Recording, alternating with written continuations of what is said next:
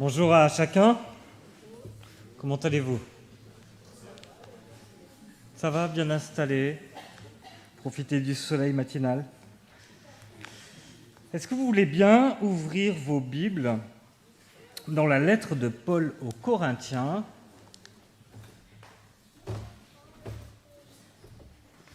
et aller jusqu'au chapitre 11. 1 Corinthiens, et aller jusqu'au chapitre 11. Et nous reprenons notre étude de cette lettre aux Corinthiens.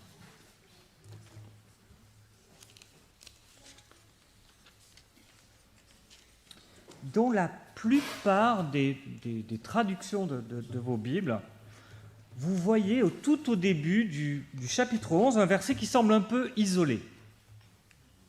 Ce verset, c'est le verset 1. « Soyez mes imitateurs comme je le suis moi-même de Christ. » Et en fait, ce verset vient conclure une grande section qui va du chapitre 8 jusqu'au chapitre 11, qui nous pousse à nous examiner sur nos façons, nos motivations d'agir, et qui nous parle de la liberté chrétienne.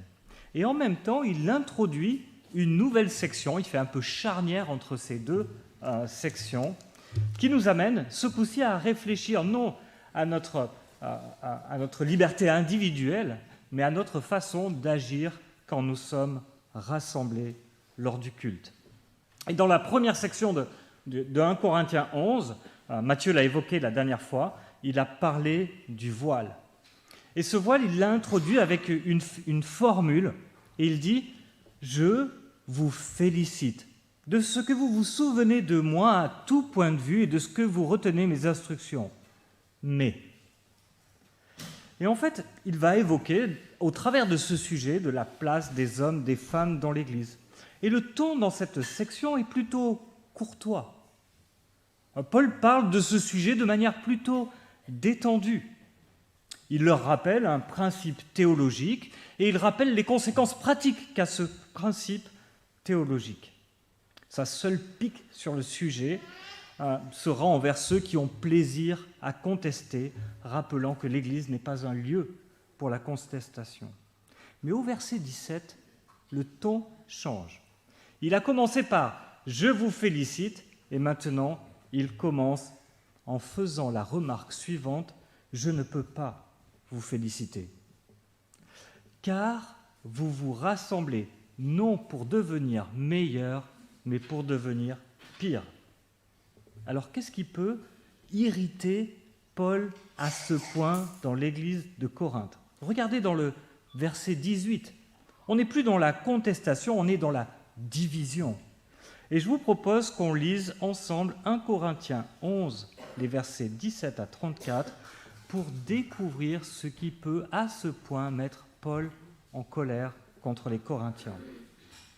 1 Corinthiens 11, les versets 17 à 34.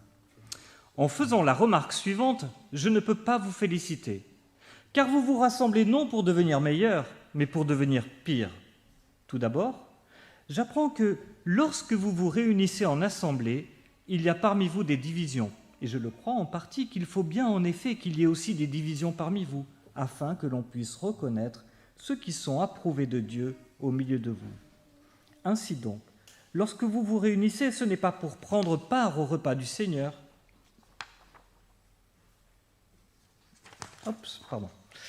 Car dès que vous vous mettez à table, chacun s'empresse de prendre son propre repas, de sorte que l'un a faim tandis que l'autre est ivre.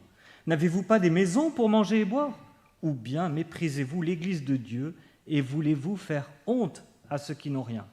Que vous dire? Faut-il vous féliciter? Sur ce point, je ne vous félicite pas. En effet, j'ai reçu du Seigneur ce que je vous ai transmis. Le Seigneur Jésus, la nuit où il a été arrêté, a pris du pain. Après avoir remercié Dieu, il l'a rompu et a dit « Prenez, mangez, ceci est mon corps qui est rompu pour vous. Faites ceci en souvenir de moi. » De même, après le repas, il a pris la coupe et a dit « Cette coupe est la nouvelle alliance en mon sang. Faites ceci en souvenir de moi toutes les fois que vous en boirez. En effet, toutes les fois que vous mangez de ce pain et que vous buvez de cette coupe, vous annoncez la mort du Seigneur jusqu'à ce qu'il vienne. C'est pourquoi celui qui mange ce pain ou boit la coupe du Seigneur indignement sera coupable envers le corps et le sang du Seigneur. Que chacun donc s'examine lui-même et qu'ainsi il mange et boive de la coupe. Car celui qui boit et mange indignement sans discerner le corps du Seigneur mange et boit un jugement contre lui-même. C'est pour cela qu'il y a parmi vous beaucoup d'infirmes, de malades, et que plusieurs sont morts. Si nous nous examinions nous-mêmes, nous ne serions pas jugés. Mais quand nous sommes jugés, c'est le Seigneur qui nous corrige, afin que nous ne soyons pas condamnés avec le monde. Ainsi, mes frères et mes sœurs, lorsque vous vous réunissez pour le repas, attendez-vous les uns les autres. Si quelqu'un a faim, qu'il mange chez lui, afin que vous ne vous réunissiez pas, afin d'attirer un jugement sur vous. Quant aux autres questions, je les réglerai quand je viendrai chez vous. Ce qui est au cœur de ce texte, c'est la scène, aussi appelé le repas du Seigneur, le repas de la communion. Paul parle d'ailleurs de cette communion juste dans le chapitre d'avant. Si vous regardez avec moi au chapitre 10, au verset 16, il dit « La coupe de bénédiction que nous bénissons n'est-elle pas la communion au sang de Christ ? Le pain que nous rompons n'est-il pas la communion au corps de Christ ?» Alors la communion, qu'est-ce que c'est ? La communion nous parle d'un parfait accord d'idées, de sentiments. La foule communie avec un artiste lors d'un concert ou avec son équipe lors d'un match. Elle est unie dans la ferveur, dans la joie, elle vibre à l'unisson, elle se lève en même temps, elle explose en même temps, elle a le même enthousiasme, elle a les mêmes frayeurs lorsque le but est du mauvais côté. La communion, c'est un parfait accord de sentiments, d'idées. Nous sommes tous ensemble, unis. Mais à Corinthe, l'ambiance du repas du Seigneur, à ce moment où l'Église devait vivre l'unité, semble bien différente. Il règne l'égoïsme et la division. Et ce qui est frappant, c'est que Paul a déjà examiné toute une série de problèmes dans cette Église de Corinthe. Il a parlé d'idolâtrie, il a parlé de conflits au point de procès entre eux, il a parlé d'immoralité sexuelle, d'inceste, et on pourrait se dire « Ok, ça va, c'est pas pire ». Pourtant, jamais, à aucun autre moment, le ton de Paul n'est aussi dur que dans cette section. Peut-être que nous pouvons revenir en arrière.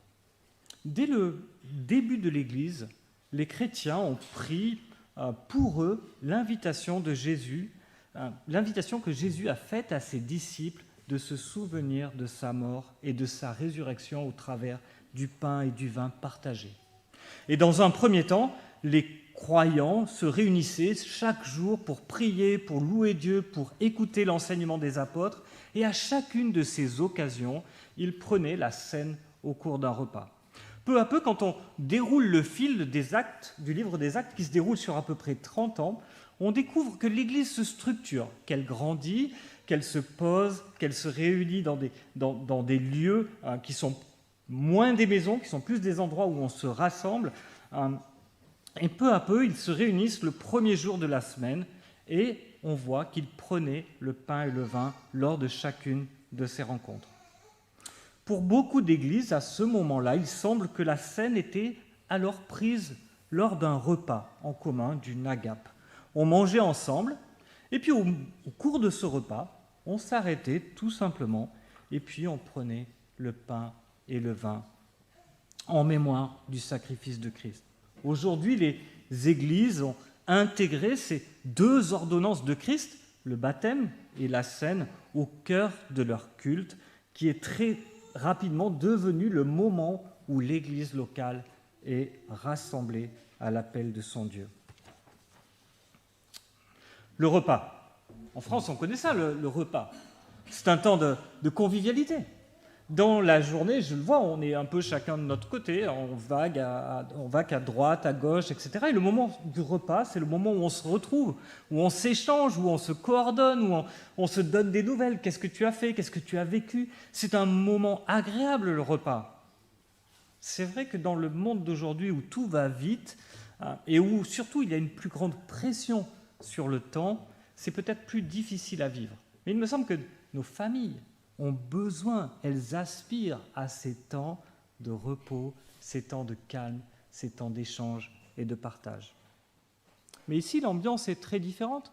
Où est le partage? Où est l'amitié? Où est la fraternité? On ne partage pas, on amène son repas, on le mange. Alors c'est déjà pas très sympa en soi, mais c'est encore pire quand celui qui est à côté n'a rien. Boire un verre de vin ensemble, c'est agréable, c'est partager la joie. Mais là, certains s'enivrent alors que d'autres n'ont rien, ou presque. Et franchement, pour s'enivrer, il fallait vraiment en boire beaucoup. Déjà, le vin était très peu alcoolisé à l'époque, mais en plus, il était épais et on le mélangeait avec de l'eau. Il fallait vraiment boire, boire, boire.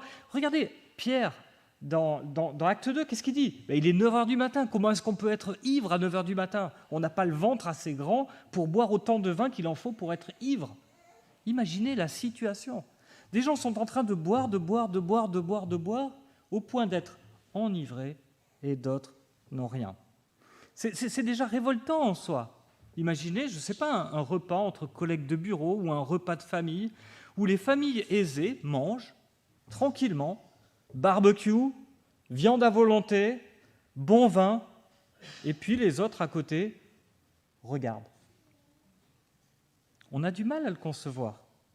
Et c'est ce qui se passe. Et ce qui est pire, c'est que cela se passe alors même qu'ils sont en train de commémorer ce qui fonde leur unité, la mort du Seigneur sur la croix. Paul leur dit, mais comment est-ce que vous pouvez dire que vous êtes en train de prendre le repas du Seigneur? Ce repas qui met à l'honneur leur égoïsme ne peut pas être considéré une seule seconde comme étant le repas du Seigneur. Christ a donné sa vie, il a offert son corps, son sang a coulé pour tous ses frères et sœurs, mais eux, ils ne partagent pas le pain, ils ne partagent pas le vin. Quel est le rapport entre la scène que nous prenons et cette désunion que nous pouvons apercevoir dans le texte? Peut-être qu'il y a une question qui peut éclairer. Est-ce que nous réalisons la dimension collective du repas du Seigneur? Est-ce que parfois nous n'avons pas tendance à prendre ce moment comme étant un moment qui se passe entre nous et Dieu? Et le reste, je suis en train de prendre le repas du Seigneur devant Dieu. Ce texte nous rappelle que nous ne pouvons pas célébrer ce moment où nous réalisons que Dieu a tout donné pour nous et en même temps traiter mon frère, ma sœur avec mépris ou avec indifférence. Dans ce contexte un petit peu que l'on voit ici, Paul va rappeler ce que lui-même a reçu du Seigneur. Verset 23. En effet, j'ai reçu du Seigneur ce que je vous ai transmis. Le Seigneur Jésus, la nuit où il a été arrêté, a pris du pain. Après avoir remercié Dieu, il l'a rompu et a dit : prenez, mangez, ceci est mon corps qui est rompu pour vous. Faites ceci en souvenir de moi. Paul rappelle par là que si nous prenons la scène, ce n'est pas juste parce qu'on en a pris l'habitude en fait. C'est parce que c'est un commandement que le Seigneur lui-même a transmis à Paul. Pas juste à ses disciples à l'origine, et puis nous on s'est dit tiens, ce serait sympa si on faisait comme eux. Mais spécifiquement, il a demandé à Paul de retransmettre cet ordre aux églises. Et nous le suivons encore aujourd'hui. À la croix, Jésus a tout donné, et pendant ce repas, nous exprimons notre reconnaissance pour cette générosité absolue, et nous la prenons comme modèle. En souvenir de moi. Qu'est-ce qu'on pourrait bien oublier? Est-ce qu'on peut oublier ce que Jésus a fait pour nous? Est-ce que le dimanche, nous prenons la scène parce que nous avons peur que nous oublions que Jésus est mort pour nous sur une croix? La question est vraiment importante. Qu'est-ce que nous oublions? Alors moi, je n'ai pas une très bonne mémoire, et il y a quelque chose que j'entends très souvent à la maison, c'est « je te l'ai déjà dit ». Ouais, j'ai oublié. C'est peut-être pas juste un souci de mémoire de ma part. Mais je sais qu'il y a une chose que je n'oublierai jamais, en fait.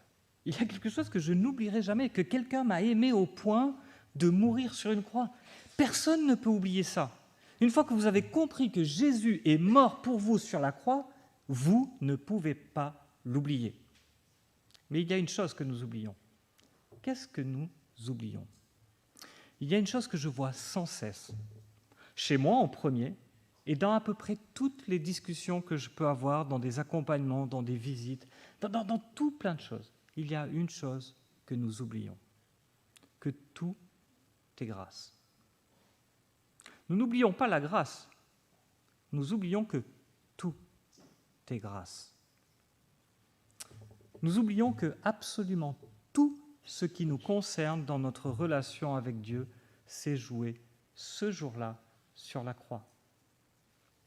Nous nous le rappelons le dimanche vers 11h, et des fois, quelquefois à midi, nous l'avons déjà oublié. Quand l'avons-nous oublié ? Quand nous médisons sur nos frères et sœurs, nous oublions que tout est grâce. Quand nous sommes énervés par le comportement d'un frère ou d'une sœur, nous oublions que tout est grâce. Quand nous considérons que nous avons ce que nous méritons, nous oublions que tout est grâce. Quand nous gardons pour nous ce que Dieu nous a donné, nous oublions que tout est grâce. Quand nous ne faisons pas attention à une personne isolée à la sortie du culte, nous avons déjà oublié que tout est grâce. À chaque fois que le jeu remonte à la surface, nous oublions que tout est grâce. Nous oublions ce que Paul a dit quelques chapitres avant, au chapitre 4. Qu'est-ce qui te distingue ? Qu'as-tu que tu n'aies reçu ? Et si tu l'as reçu, pourquoi te glorifies-tu comme si tu ne l'avais pas reçu ? Tout est grâce. Tout est grâce. Le rappel du fait que Jésus a tout donné, son corps, son sang, nous nourrit de sa grâce infinie. Nous disons quelquefois, mais tu sais, la scène, c'est un symbole. Non, la scène n'est pas un symbole. Le pain et le vin sont des symboles. La scène est un moyen de grâce, et c'est bien différent. Dans ce moment, nous revenons tous ensemble quelques heures avant la croix. Nous nous retrouvons tous ensemble autour de Jésus, et il prend ce pain, il le partage, et il nous dit « mais c'est mon corps que je te donne ». Il nous tend la coupe, et il nous dit « il n'y a plus aucun poids sur tes épaules, car je vais régler de façon définitive pour toi la question du péché. Je vais mourir pour que tu vives. » Et après ce rappel, Paul met en garde les Corinthiens. Il leur dit, c'est pourquoi celui qui mange ce pain ou boit la coupe du Seigneur indignement sera coupable envers le corps et le sang du Seigneur. Et l'expression nous semble forte. Vous imaginez, il est en train de dire, Jésus a tout donné, son corps, son sang qui a coulé sur la croix, et vous êtes coupable envers ce corps. Et on se dit, mais qu'est-ce qu'il pourrait y avoir de pire dans l'univers que d'être coupable envers ce corps ? Le ton sévère de Paul est ici. Il se fâche parce qu'il veut mettre du poids sur ce qu'il dit. Il veut que l'on considère que c'est vraiment important. Quelquefois, nous lisons ça de manière un peu décalée. C'est un peu comme une dispute qui ne vous regarde pas entre deux personnes. Vous regardez ça et il n'y a pas d'enjeu. Mais imaginez les Corinthiens qui entendent ça de Paul, qui leur dit « mais vous êtes coupables envers le corps et le sang du Seigneur ». Alors si ça a tellement d'importance, nous devrions prêter attention à ce qu'il dit. Et j'ai une question. Est-il en train de dire que les Corinthiens sont indignes de prendre ce repas ? Qu'est-ce que vous en pensez ? Est-il en train de dire que les Corinthiens sont indignes de prendre ce repas ? C'est une compréhension assez courante de ce texte. Au moment où si nous sommes... Et ça peut aller de « j'ai eu une mauvaise semaine, je ne suis pas d'humeur aujourd'hui », ou il y a un frère ou une sœur à qui je n'ai pas demandé pardon, ou à qui je n'ai pas pardonné. Il y a plein de raisons pour lesquelles nous pouvons sentir une certaine indignité à prendre ce repas. Qu'est-ce qui cloche avec ce raisonnement ? Quel est le problème de ce raisonnement ? C'est que nous avons déjà oublié que tout est grâce. Déjà, nous avons oublié que tout est grâce. Nous avons oublié que la scène est le repas par lequel Dieu nous transmet sa grâce. Nous avons déjà oublié que si nous devions mériter pour prendre la scène, eh bien nous ne la prendrions jamais. Merci Gisèle. Vous connaissez cette histoire du jeune violoniste il est ébloui par un monsieur un peu âgé qui joue du violon avec une dextérité incroyable. Il s'approche de lui après le concert et il va lui dire « Mais je donnerai tout pour pouvoir jouer comme vous. » Et le vieil homme lui répond « Oui, j'ai tout donné pour pouvoir jouer tel que je joue. » À la croix, Jésus a tout donné pour que nous n'ayons rien à donner. À la croix, Jésus a tout donné pour que nous n'ayons rien à donner. Il a quitté le ciel, il est venu sur cette terre, il nous a donné sa vie, son corps, son sang, comme substitut et comme modèle, pour que nous devenions comme lui. Et c'est peut-être ce qu'avaient oublié les Corinthiens. La grâce nous rejoint dans notre misère la plus profonde, la plus extrême, pour nous rendre semblables à Christ. C'est dans ce sens-là que cela fonctionne. Alors pourquoi est-ce que Paul ajoute au verset 28 que chacun donc s'examine lui-même et qu'ainsi il mange du pain et boive à la coupe? 1. Oui, nous devons prendre la scène au sérieux. 2. Non, nous ne sommes pas appelés à examiner les autres. Je suis d'accord avec vous, c'est plus facile, ça fait moins mal. D'accord ? Non, nous ne sommes pas appelés à examiner les autres, c'est plus facile, ça fait moins mal, mais ce n'est pas ce que Paul demande. 3. Oui, nous devons ensemble, dans un geste communautaire, en le faisant lorsque nous sommes rassemblés, comme il le souligne au verset 17, nous discernons le corps de Christ. Nous voyons qui sont les chrétiens parmi nous. Nous voyons ceux qui prennent le pain. Nous voyons ceux qui prennent le vin, ceux qui l'amènent jusqu'à leur bouche. C'est l'Église locale de Dieu réunie ici. Finalement, prendre la scène n'appelle pas tant à un regard intérieur qu'à un regard extérieur. Regardez l'Église, admirez l'Église. Voyez ce corps de Christ sur terre. Voyez-le agir à l'image de son Seigneur. Et c'est pour ça que c'est terrible de la prendre indignement. C'est pour ça que quand l'Église se comporte indignement, c'est Christ qui est souillé lui-même. C'est pour ça qu'il y a une telle importance pour Paul. C'est pour ça qu'il met un tel poids, à cause de l'union de l'Église à Christ. Quand la scène est prise sans considération des uns pour les autres, c'est Jésus lui-même qui est méprisé. Dans le même temps, cela nous rappelle que ce repas est un repas réservé aux chrétiens, qu'il est souhaitable qu'une personne qui ne s'identifie pas elle-même à ce corps par la foi s'abstienne de prendre la scène. Et je voudrais ajouter, mais je vais l'ajouter doucement. Et ce ne serait pas un drame. D'accord ? Ce ne serait pas un drame qu'un non-chrétien prenne la scène. Il est plus dramatique que les chrétiens la prennent indignement que le fait que Jacques garde le lien entre le péché et la maladie. D'accord ? Jacques ne dit pas aux anciens, vous devez faire le lien entre le péché et la maladie. Il dit aux anciens, vous devez prier. D'accord ? Ce qui est très différent. Si vous venez nous voir, ou que vous nous appelez pour que l'on prie pour vous parce que vous êtes malade, on comprend bien, ce n'est pas un rhume, nous n'allons pas vous faire subir un interrogatoire. Nous n'allons jamais vous dire c'est à cause de ton péché que tu es malade, parce que ce n'est pas ce que Dieu nous demande en fait. Dieu nous demande de prier. Donc si vous venez nous voir et que vous êtes malade, on va prier pour vous. On va peut-être discuter avec vous, mais on va prier pour vous. Ce texte, c'est un appel à vivre la grâce et au pardon ensemble, à être délivrés de la culpabilité du péché, à se tourner vers Jésus, à marcher dans ses joies. Et non un appel aux anciens à dire « tu es malade à cause de tel péché ». Nous ne devrions peut-être jamais oublier les amis de Job. On lit leur discours et on se dit « waouh, c'est si pertinent, si juste, ça semble tellement plein de bon sens et de sagesse ». Et pourtant, ils sont complètement à la plaque. Ce qu'ils ne peuvent pas imaginer, c'est qu'un jour, leur histoire sera écrite dans un livre. Ils ne peuvent pas imaginer ça, les amis de Job.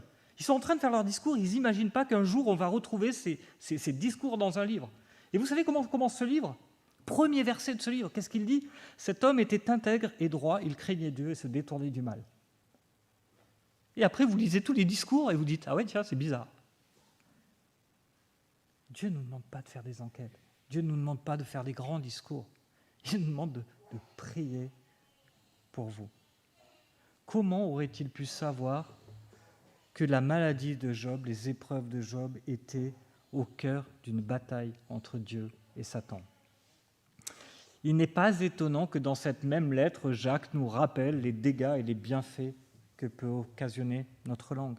Utilisons-la pour prier, pour communiquer la grâce, pour rappeler que nous-mêmes, nous n'avons aucun mérite, rappeler que Dieu est avec nous au cœur de l'épreuve, qu'il connaît la souffrance, qu'il a porté cette souffrance, qu'il nous aime malgré tout. Même ici, je voudrais vous faire remarquer encore une chose, même ici, dans ce passage, Paul, apôtre de Christ, inspiré par le Saint-Esprit, ne fait pas un lien direct entre la faute et l'épreuve. Il dit qu'il y a un lien entre la division dans l'Église, entre tout ce qui se passe dans l'Église, entre cette façon scandaleuse de prendre le repas du Seigneur et le fait que beaucoup sont affirmés malades et que plusieurs sont morts. Mais notez bien qu'il ne dit pas que les malades ou les morts sont ceux qui causent la division. Il ne dit pas que les malades ou les morts sont ceux qui causent la division. Il dit que les malades et les morts sont des victimes de ce grand scandale. D'ailleurs, si c'était le cas, s'ils étaient morts, aurait-il besoin d'écrire cette lettre ? Rappelez-vous de ce que Dieu dit à Moïse lorsqu'il se présente à lui. L'Éternel est un Dieu de grâce, de compassion, lent à la colère, riche en bonté et en vérité. Il garde son amour sur 1000 générations.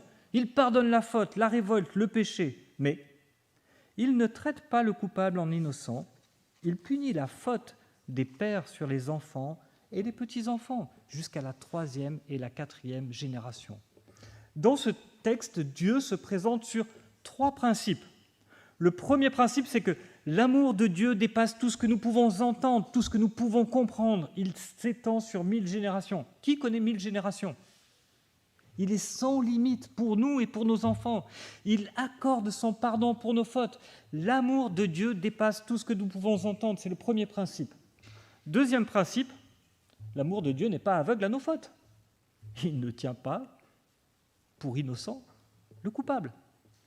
Troisième principe, nos fautes ont des conséquences sur les autres. Le péché n'est jamais individuel. Jamais. Vous ne pouvez pas pécher et dire « ça n'a des conséquences que sur moi ». Le péché a toujours des conséquences sur les autres. Mais par la grâce de Dieu, elles sont limitées. L'amour de Dieu découle sur 1000 générations et Dieu limite les conséquences du péché sur 3-4 générations. On est sur un symbole. Mais l'idée, c'est de dire, vous voyez, ma grâce et mon amour abondent, mais vos péchés ont des conséquences qui sont limitées. Vous savez, il n'y a pas très longtemps, c'est la semaine dernière, je discutais au téléphone avec une personne et elle m'a dit quelque chose du style, c'est pas littéralement ce qu'elle m'a dit, mais c'est le sens, j'assume, ça me regarde, je fais mes choix et j'en supporte les conséquences. Et cette personne est aveugle aux dégâts que ça cause dans sa famille. Et c'est dramatique. Et quand on essaie de lui dire, mais tu vois ce qui se passe ? Non, c'est mon choix, ma volonté, mon péché, je l'assume seul. Ben, c'est pas vrai. C'est pas vrai. Le péché nous dépasse, hélas. Mais être sévère, comme Paul est sévère dans ce texte, ne veut pas dire qu'il est en train de perdre de vue la grâce de Dieu. Regardez le verset 32. La discipline de Dieu a pour but de nous ramener à Dieu. L'épreuve a pour but de nous ramener à Dieu. Pourquoi est-ce que Dieu est en train de faire subir ça à l'église de Corinthe ? Pour que, ensemble, ils reviennent à Dieu. Et donc ici, qu'ils prennent la scène. En fait, nous avons besoin du brigand cloué sur la croix pour nous rappeler qu'aucune œuvre n'est nécessaire à notre salut, que même les mains attachées, on peut être sauvé. Nous avons besoin de l'Église de Corinthe pour nous rappeler que Christ ne nous discipline pas pour nous rejeter, mais pour nous ramener à lui. Et cela nous rappelle que prendre la scène, c'est affirmer devant toute l'Église, devant les anges, référence juste quelques versets avant, que nous avons été pardonnés pour nos fautes grâce au sacrifice de Christ. Nous allons prendre la scène dans quelques moments. Et c'est vraiment l'invitation que nous vous adressons à chacun. Si vous avez été pardonné par le sacrifice de Jésus à la croix, alors prenez et mangez ce repas avec nous. Seulement, ne le faisons pas n'importe comment. Les Corinthiens n'étaient pas parfaits. Et je crois que nous sommes d'accord sur ce point, ils n'étaient pas parfaits. Je ne suis pas parfait et je crois que vous êtes aussi d'accord sur ce point. Vous n'êtes pas parfait et je suis d'accord sur ce point. Nous sommes en chemin. Et dans ce chemin, nous voulons être attentifs aux uns et aux autres. Nous voulons être attentifs à nos relations que nous avons avec les autres. Face à l'égoïsme, Paul demande « Attendez-vous les uns les autres ?» Il n'est pas en train de leur demander un truc extraordinairement compliqué. Il n'est pas en train de leur dire « Bon, maintenant, avant de prendre la scène, les gars, je vous ai fait une petite liste. Il y a 484 pages et 1000 items par page. » Il est en train de leur dire « Mais juste, attendez-vous les uns les autres. » Prendre ce repas ensemble nous engage à considérer nos frères et sœurs, à voir leur manque, à être prêts à s'engager, à prier pour eux. Prendre la scène nous engage à être l'Église de Christ. Peut-être que quelquefois, parce qu'il y a une scène ici, là, avec des gens qui sont debout et qui font face, nous avons l'impression que l'Église, c'est l'endroit où nous venons pour assister à quelque chose ou chercher quelque chose. Mais en fait, nous venons à l'Église pour être l'Église. Le seul moment où nous sommes l'Église, c'est quand nous sommes rassemblés, que nous sommes ici. Moi, le premier, je me rends compte quelquefois que ma participation au culte peut être différente en fonction du côté où je me trouve, en fait, de si je suis dans la salle ou sur la scène. Peut-être parce que des fois, nous mettons des valeurs différentes sur des rôles différents, et c'est particulièrement injuste. Je suis béni lorsque j'écoute la prédication d'un de mes frères. Je suis béni lorsque Dieu me parle au travers de lui. Je suis béni lorsque l'équipe de louanges élève par la musique un chant. Mais je suis aussi béni par la voix de ceux qui chantent autour de moi. Peut-être plus particulièrement quand j'entends quelqu'un qui chante sa foi et que je connais sa souffrance. Quelqu'un qui prie et qui montre son engagement envers Dieu alors que je sais que son chemin, comme le mien, est parfois difficile.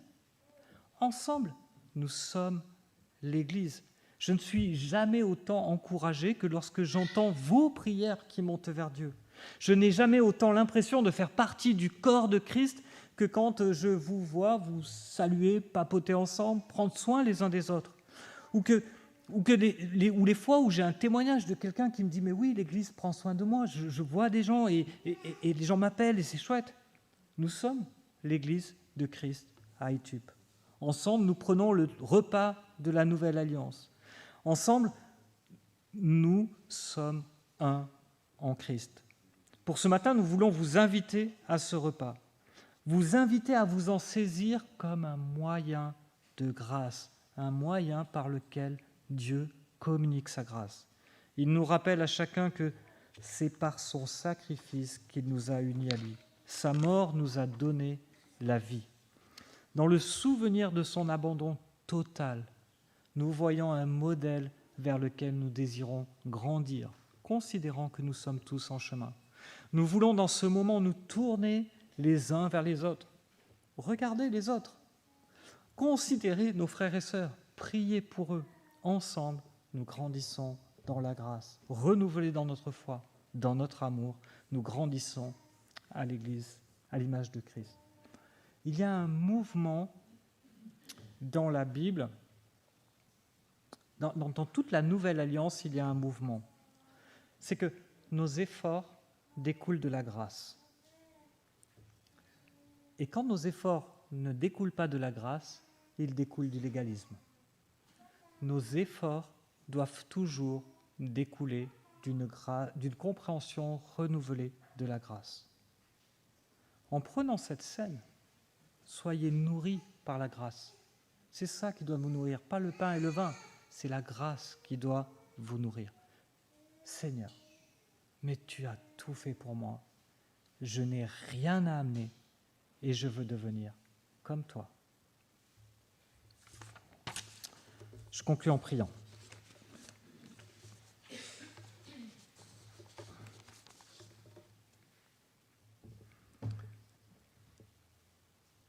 Oui, Seigneur, merci parce que tu as tout donné. Merci parce que tu es venu du ciel, toi qui étais Dieu, tu as renoncé pour un temps à être Dieu et tu es venu sur cette terre. Tu as abandonné cette condition divine pour venir sur cette terre. Merci parce que tu as marché comme un modèle d'amour, de grâce. Et tu n'as pas fait que vivre de manière parfaite sur cette terre. Toi qui étais le seul à ne pas mériter de passer par la mort, tu es mort pour nous. Ton corps a été brisé, meurtri sur cette croix. Nous t'avons craché au visage, rejeté, humilié. Ton sang a coulé sur cette croix. Ce sang qui nous donne la vie. Nous n'oublierons jamais cela, mais je dois confesser que bien souvent, j'oublie que tout est grâce. Seigneur, dans ces moments, nous te prions que tu nourrisses nos cœurs, que ton amour immense, infini, que ta grâce infinie abonde dans nos cœurs, qu'elle nous transforme peu à peu, dimanche après dimanche, à ton image. Qu'à chaque fois que nous prenions ce pain, ce vin, nous ayons cette conscience que tu as tout donné pour cette Église.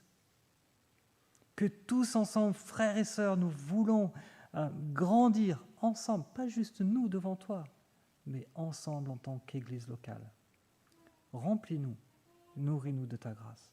Au nom de Jésus-Christ. Amen.